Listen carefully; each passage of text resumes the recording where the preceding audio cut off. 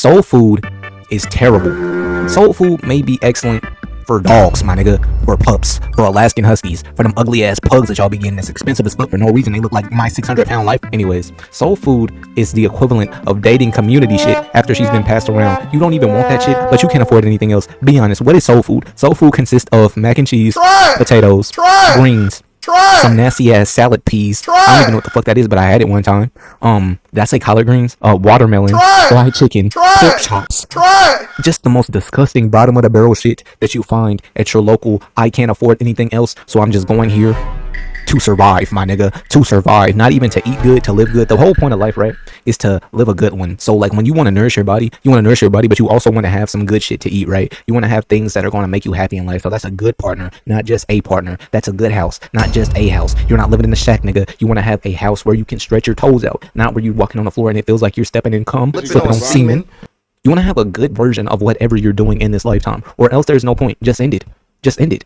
But that's not what soul food is doing. Soul food is taking what you need to do and doing the absolute bare minimum and then convincing yourself that you're eating good eats, nigga. No, you're bad eats, bad consumptionism, nigga. You're eating bullshit. Imagine jumping off the battle bus and getting a victory royale just for your wife to come home and feed you this soulless food. Bitch, you get that cornbread out my goddamn face. I didn't ask for no cornbread and collard greens. I said food. This shit can't even be considered food. So I don't even know where the fuck it got that name from. Soul food. Like maybe it's because it feeds on your soul, not the other way around. I don't understand why people say soul food is good for the soul. In what way? First of all, it don't even taste that good. Second of all, it's destroying your body quite literally. And doesn't your soul reside in your body? So if you're eating food that is giving you a heart attack, clogging your lungs, having you shit for 16 hours minimum, what in the fuck is soulful about that? Like, y'all go to church, sing choir music, and then after get soul food. Do you realize that you are shortening your days? The days that you are trying to get long, gang? There is nothing long about your days eating soul food, nigga. You're cooked, you're chopped. Anyways, I hate soul food mainly because there are so many other foods that just surpass it in every other way. Do you know, like when you go on the hub, right, and then you see a regular cock, and then you say a slightly bigger cock? I'm talking about the biggest cock on Pornhub. Like, there is so much more food that surpasses soul food. Why would you even watch that video? Not that you would be watching the video because you're a man likely and you don't need to be looking at cock, but I'm just saying, even if you do, like in the slight chance you do, you get what I'm saying, right? There is so many more cuisines out there better than soul food, and then you have these blacks, the fucking blacks, just hyper fixating on this nasty ass food that they got $5.99 plate at the goddamn local shack, the fishing shack, the one room house with a couch, calling itself a restaurant with a name probably called Lazy Bed Bug. That gets no food inspections because they didn't label that bitch a restaurant. They labeled it a house, so they don't have to get them food inspections. Because if you go in that room, I guarantee you there are at least 5 blind mice that they use for seasoning. They shave them blind mice's ass, and they use them ass flakes. Them, you know, the dingleberries. Yeah, that's what they be putting on that cornbread. That's them black specks. It's not pepper. It's not. Well, it's pepper on cornbread, bitch. It's dingleberries. It's dingleberries, and I guarantee you that shit not nutritious, gang. That shit is not nutritious. But without further ado, let's go over the foods that are without a doubt better than soul food. I'm gonna say this. Every food is better than soul food, but these foods are among my top foods, my top cuisines. Now, we have Italian food, right? And if you need to ask me why Italian food is the best, bitch, did you not watch Food Wars? Every single Italian cook has the best, cheesiest, oiliest, pasta-iest, butteriest dishes ever to lasagna. Pasta, every single pasta. Even a black bitch can't deny that pasta is good. You ask a black bitch what her favorite food is, it's either going to be goddamn seafood boil or pasta. A pasta that she cannot pronounce. Everyone loves Italian dishes, whether you want to admit it or not. You got every single pasta in the world. What else is Italian? Goddamn paninis. Those are Italian, I'm pretty sure. You got garlic bread. You know them little shits that you sit down at Olive Garden and you eat for free, and then you leave because you know damn well you didn't have no bread. Yeah. Then you got every single thing from Ratatouille. Now, do I know Ratatouille is Italian? No, but they talk like this. They talk, you know, so they probably are Italian. You got Ratatouille, you know, in the goddamn Ratatouille dish that was pretty much just cucumbers and goddamn zucchini, but whatever the fuck, I guess so. Yeah, Italian food is a staple in the American. Italian and dick. I mean, Italian and nutsack. I mean, Italian and meatballs. You got that, and everybody, even black people, like that because you get them in the goddamn Stouffer's, the $1 TV dinner. Yeah, y'all love that.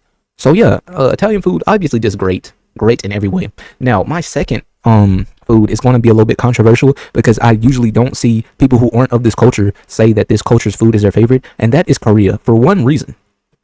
Goddamn tteokbokki, man. I was at a restaurant one day and I didn't know what to get, right? I was at this hole in the wall Korean restaurant when I stumbled upon this word that I struggled for 5 minutes to tell this waiter what it was, because regardless of her speaking the language, my pronunciation of it was so cooked, chopped.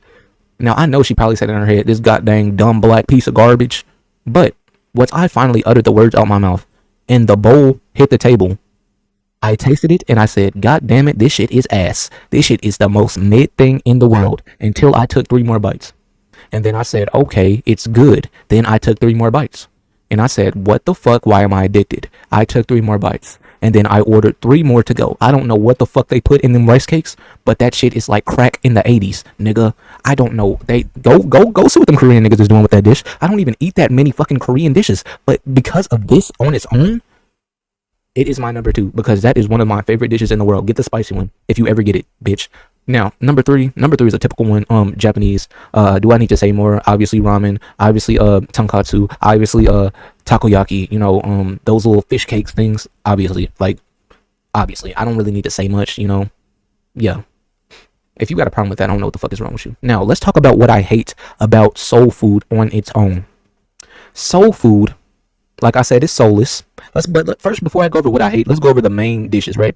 You got mac and cheese, goddamn cornbread, you got greens, you got, what else do you even, green beans, you got pork chops. It's really rolls, like it's really not that much there. But there is some people that can make this shit a little more tolerable. It's just some people are about 10% of people. But 90% of people claim that they're that 10% of people. So when you go and eat it, you're like, what the fuck? Now, what do I mean by this? When you go and bite into cornbread, I don't give a fuck what your opinion is. That cornbread better not be savory. If you like savory cornbread, you are the problem with society. You are dumb. Don't reproduce. You do not need savory cornbread. What you need is a little slightly sweet cornbread, a little buttery, and that's it. Go get you some fucking Jiffies and add a little butter. That's all you fucking need. For all the people, if you hand make cornbread, if you make cornbread from scratch, you're the fucking problem. There is no reason why you need to do that. They have $1 boxes of Jiffy. You know, you niggas love cheap shit. Just go get the fucking Jiffy cornbread and make the fucking food. Why the fuck are you you're making cornbread to make it worse? That shit tastes like salty cement, nigga. It's ass. And then you have the opposite side of the spectrum where niggas obviously have heart disease because you sit there and you made a cake. Now, I've eaten cornbread where the top of the fucking cornbread was actually glistening. No way your cornbread should be glistening. It is too sweet. As for the mac and cheese, I used to love mac and cheese up until recently, when now if it's not made perfectly, I feel like barfing, nigga. And I realize this is just a part of maturity, because if mac and cheese is too cold, I want to barf. If mac and cheese is too cheesy, I want to barf. If mac and cheese isn't cheesy enough, I want to barf, because it is 2 ingredients. Now, it is a mix of cheeses, but it is still 2 ingredients, pasta and cheese. If you upset the balance even a little bit, your ass. Because I need to get people to realize that just because you know how to make mac and cheese doesn't make you that guy. It is a simple dish, but the simple dishes are the ones that you have to get pristine in order for the finest tongues to eat. And I happen to have the most deepest throat, longest tongue you've ever seen in your life. So if you fuck that up even a little bit, I'm going to ingest it and then outjust it onto your fucking face and tell you to throw that whole pan in the fucking garbage. Next, greens, that's grass. That is boiled grass. Get that shit the fuck out of here. Don't put no fucking greens on my plate. That is literally a watered down version of spinach. Get them goddamn greens out my face. Goddamn took a pig's dick and then put it in grass and then call it a meal. Get that shit out my face. I don't want that. I don't want that shit. Now, what else is that? Pork chops. Get that shit on my face. I don't even need to say anything. But what I do want to say something about is this niche dish that some people eat. Not all people. I'm not putting this on all people. But some people eat this shit and I never understood it. Chitlins. Chitlins, if you don't know what chitlins are literally pig intestines, right? And it smells like shit. Why does it smell like shit, you may ask? Because it's literally shit. Like intestines, right? Shit comes through there. So I don't understand how people eat a food that smells like shit, because shit actually went through. Like, no, it doesn't smell like it is shit. I don't give a fuck how much you cleaned it. It's shit. It smells like shit because it's shit. Like, there is nothing good about soul food at all. Like, at least in Japan, when they be eating bull testes and shit, it's probably good. But that, like, bro, you're eating shit. And then these are the same people who will look at Japan and say they eating that weird shit. What is that weird shit? You're eating anyways. Yeah, I hope you understand where I'm coming from, and I can get you to stop eating that nasty ass shit that your parents have whipped up for you, and go to culinary school so you never have to engage in any of that behavior ever again. That was the goal of this video. If it helped, leave a like. If it didn't,